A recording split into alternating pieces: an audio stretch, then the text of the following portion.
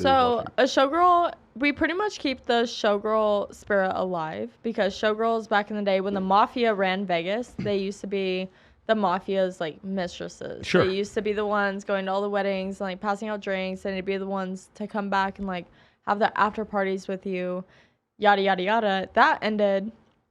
Now we just take photos of people, keep the spirit of Vegas alive. We welcome people. Did the showgirls back in the day wear those giant feathers too? Of course. Yes. Of course. Okay. And it was really classy. Like a kicking and... Yes, they went to all the high-end events, everything, but that's not a thing nowadays. Yes. So we pretty much just keep the spirit alive. So we walk around the strip. Hi, guys. Showgirl photos. The problem is now it's so oversaturated. Sure. It's not a thing. It's not as special as it once was. She was saying how a few years ago she'd come home making over $1,000 a night. Now an average night would be like 200, and I would 300 split if that, it's a good night. I would split that with one other girl, and that's 4-hour work increments. So I was bringing home anywhere from over $1,000 to $1,500 a night, and then COVID happened. So COVID, all the girls did that were showgirls or thought about being showgirls, throughout the duration of quarantine, they were like, okay, how can we start a showgirl company? So when the strip opened back up, there was 10 times 50,000 peacocks the everywhere. amount of fucking showgirl companies. And so it was so oversaturated, people were walking on the strip. You can't go 10 feet without hearing, hi guys, showgirl photos. At one point, you're like, oh, okay, I've heard it enough. Like, I'm done with this. And then honestly, the showgirl stabbing happened out here where those showgirls. What is this? These showgirls died. You didn't hear about that? No, what happened? Showgirl So- stabbing? So a few months ago, these showgirls, I can't remember the company right now, I don't know why. They were walking down the strip and it was before noon. So it was a morning shift. Broad daylight. So they're walking down the strip and they're over by the Wynn, like right where that waterfall is, right outside the Wynn. And this guy walks up and he was like, hey, can I get a showgirl picture with you? And he was like acting real sketchy and they were like, no, you're good. And he was like, come on, I need one. And he pulls out a knife. And he's like, I'm a chef out here. I just want you to take a picture of my knife. And the girl was like, seriously, leave us alone.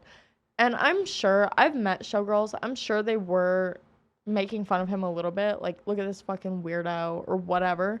He ended up stabbing them. Oh, my God. And so he stabbed one, and then he was chasing the other one.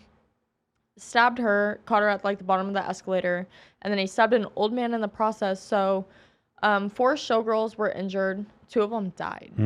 Because he stabbed one in the heart immediately, and her showgirl partner threw herself over her and was like, I don't know what to do. Like, you go into fight or flight, and you could always say, I would do this if I was in that situation, but I've been in a lot of crazy situations. You really don't know what you're going to do. I would kick the shit out of him and run like a motherfucker. See, and I say the same thing, but when your adrenaline's pumping that hard and everything else, like, you can freeze. Yeah. That's 100% normal, and it's okay. I mean, unless you die. I mean, it's just a normal instinct. Yeah. It's because I was like, oh, I would have done this. I would have done that. I just would have taken them off and ran. It's like, what I have, though?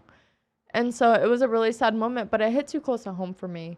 I was like, listen, this is me.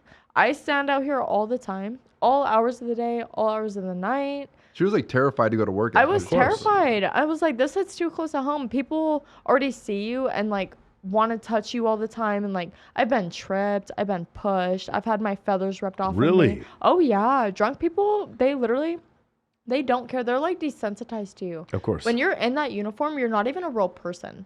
It's honestly really sad. So I was like, fuck that. And then I met Bunny. And of course I was like, love him. I loved his whole gaming thing. And I dated him for like 3 months without getting involved in any of his businesses or his ideas.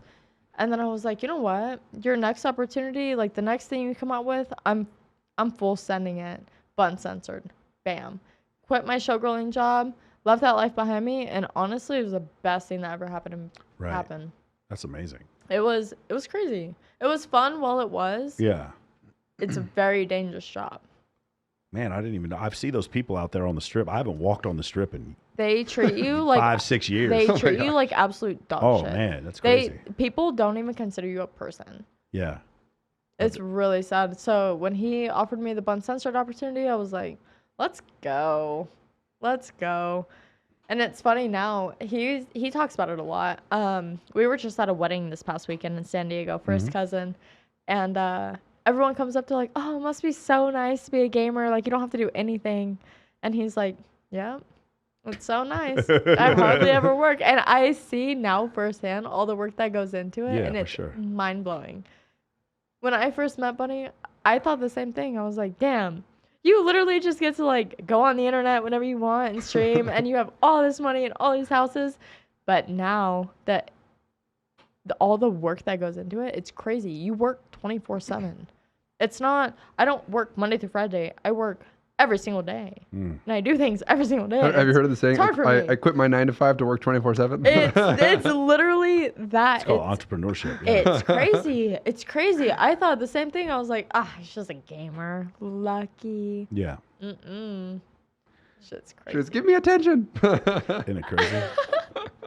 It is. It's crazy.